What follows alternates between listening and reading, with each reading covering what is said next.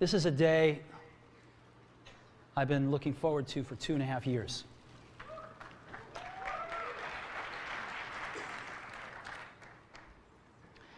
Every once in a while, a revolutionary product comes along that changes everything. And Apple has been, well, first of all, one's very fortunate if you get to work on just one of these in your career. Apple's been very fortunate. It's been able to introduce a few of these into the world. In 1984, we introduced the Macintosh. It didn't just change Apple, it changed the whole computer industry.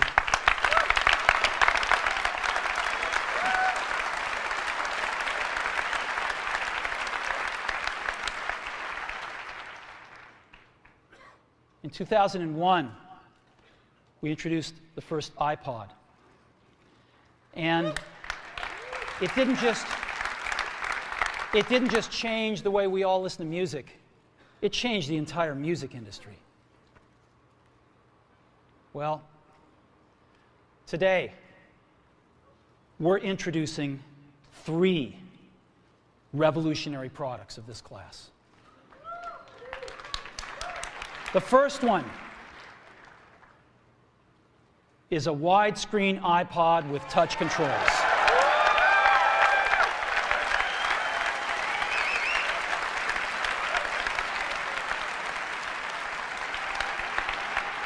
The second is a revolutionary mobile phone.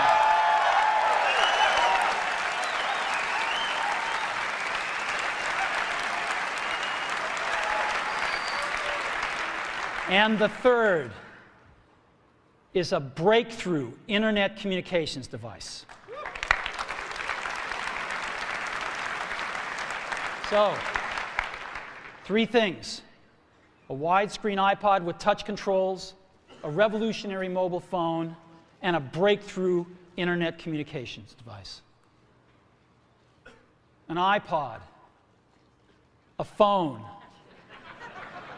and an internet communicator. An iPod, a phone.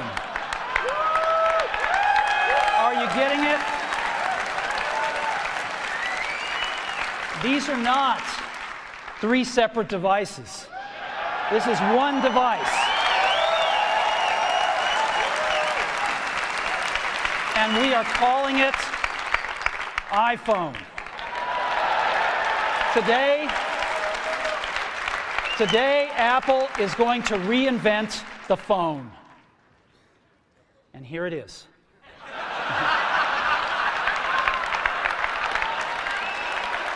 No. Actually, here it is, but we're going to leave it there for now. So, before we get into it, let me talk about a category of things. The most advanced phones are called smartphones, so they say. And they typically combine a phone plus some email capability, plus they say it's the internet, sort of the baby internet, into one device, and they all have these plastic little keyboards on them.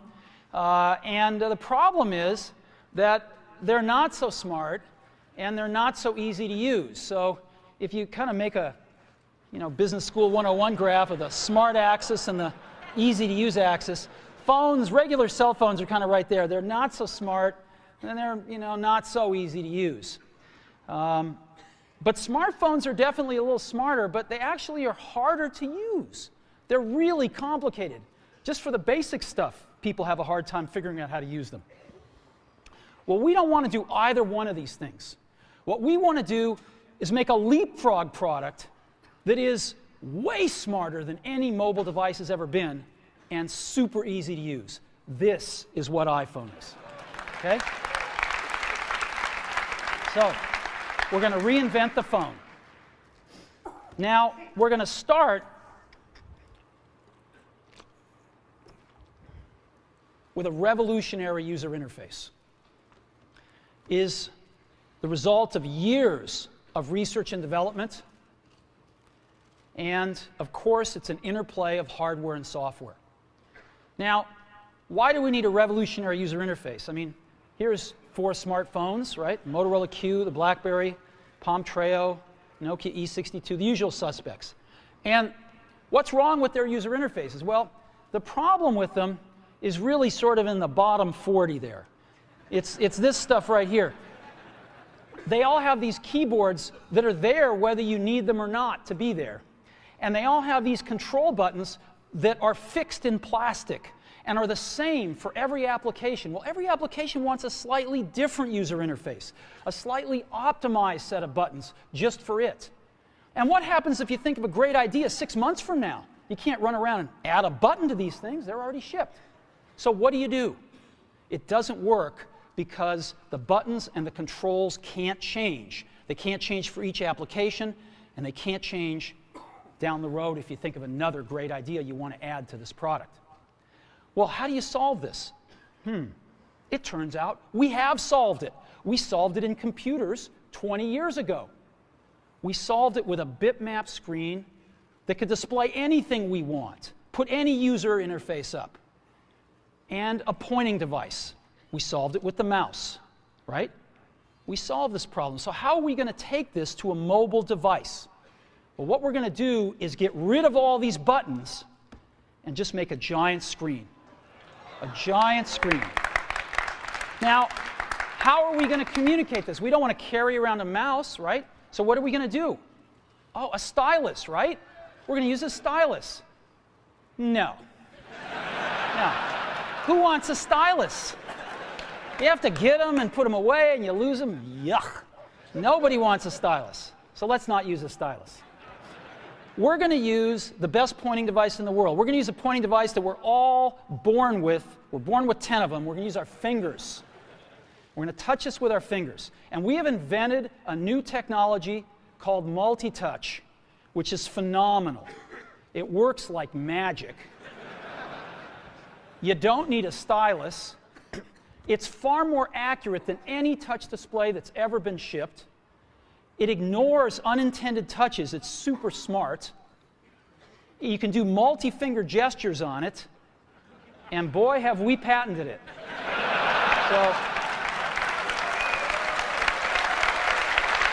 So, we've been very lucky to have brought a few revolutionary user interfaces to the market in our time. First was the mouse. The second was the click wheel. And now we're going to bring multi-touch to the market. And each of these revolutionary user interfaces has made possible a revolutionary product. The Mac, the iPod, and now the iPhone. So, a revolutionary user interface. We're going to build on top of that with software. Now, software on mobile phones is like baby software. It's not so powerful. And today, we're going to show you a software breakthrough. Software that's at least 5 years ahead of what's on any other phone. Now, how do we do this? Well, we start with a strong foundation. iPhone runs OS X. Now,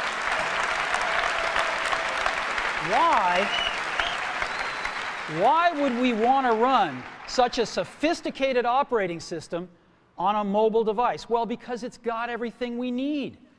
It's got multitasking. It's got the best networking. It already knows how to power manage. We've been doing this on mobile computers for years. It's got awesome security. And to write apps, it's got everything from Cocoa and the graphics, and it's got core animation built in, and it's got the audio and video that OS X is famous for. It's got all the stuff we want, and it's built right in to iPhone. And that has let us create desktop-class applications and networking, right? Not the crippled stuff that you find on most phones. This is real desktop-class applications. Now, you know, one of the pioneers of our industry, Alan Kay, has had a lot of great quotes throughout the years. And I ran across one of them recently that explains how we look at this, explains why we go about doing things the way we do, because we love software. And here's the quote. people who are really serious about software should make their own hardware.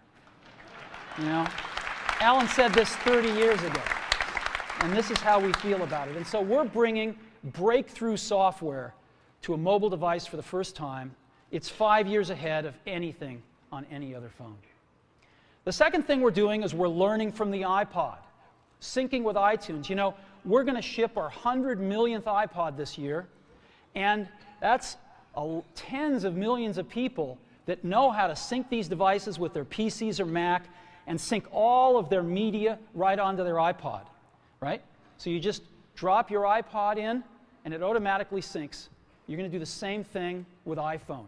It automatically syncs to your PC or Mac right through iTunes. And iTunes is going to sync all your media onto your iPhone, your music, your audiobooks, podcasts, movies, TV shows, music videos, but it also syncs a ton of data. Your contacts, your calendars, and your photos, which you can get on your iPod today, your notes, your bookmarks from your web browser, your email accounts, your whole email setup, all that stuff can be moved over to iPhone completely automatically. It's really nice. And we do it through iTunes. Again, you go to iTunes and you set it up, just like you'd set up an iPod or an Apple TV. And you set up what you want synced to your iPhone. And it's just like an iPod. Charge and sync. So sync with iTunes. Third thing I want to talk about a little is design. We've designed something wonderful for your hand. Just wonderful. And this is what it looks like. It's got a 3.5-inch screen on it. It's really big. And it's the highest resolution screen we've ever shipped. It's 160 pixels per inch. Highest we've ever shipped. It's gorgeous. And on the front, there's only one button down there. We call it the home button. It takes you home from wherever you are. And that's it. Let's take a look at the side. It's really thin. It's thinner than any smartphone out there at 11.6 millimeters. Thinner than the Q, thinner than the Blackjack, thinner than all of them. It's really nice. And we got some controls on the side. We got a little switch for ring and silent. We've got a volume up and down control. Let's look at the back. On the back, the biggest thing of note is we got a 2-megapixel camera built right in. The other side, and we're back on the front. So let's take a look at the top now. We've got a headset jack, 3.5 millimeter. All your iPod headphones fit right in. We've got a little tray for your SIM card. And we've got one switch for sleep and wake. Just push it to go to sleep, push it to wake up. Let's take a look at the bottom. We've got a speaker, we've got a microphone, and we've got our 30-pin iPod connector. So that's the bottom. Now, we've also got some stuff you can't see. We've got 3 really advanced sensors built into this phone. The first one is a proximity sensor. It senses when physical objects get close. So when you bring iPhone up to your ear to take a phone call, it turns off the display and it turns off the touch sensor instantly. Well, why do you want to do that? Well, 1, to save battery, but 2, so you don't get spurious inputs from your face into the touch screen. Just automatically turns them off, take it away, boom, it's back on. So it's got a proximity sensor built in. It's got an ambient light sensor as well. We sense the ambient lighting conditions and adjust the brightness of the display to match the ambient lighting conditions. Again, better user experience, saves power. And the third thing we've got is an accelerometer, so that we can tell when you switch from portrait to landscape.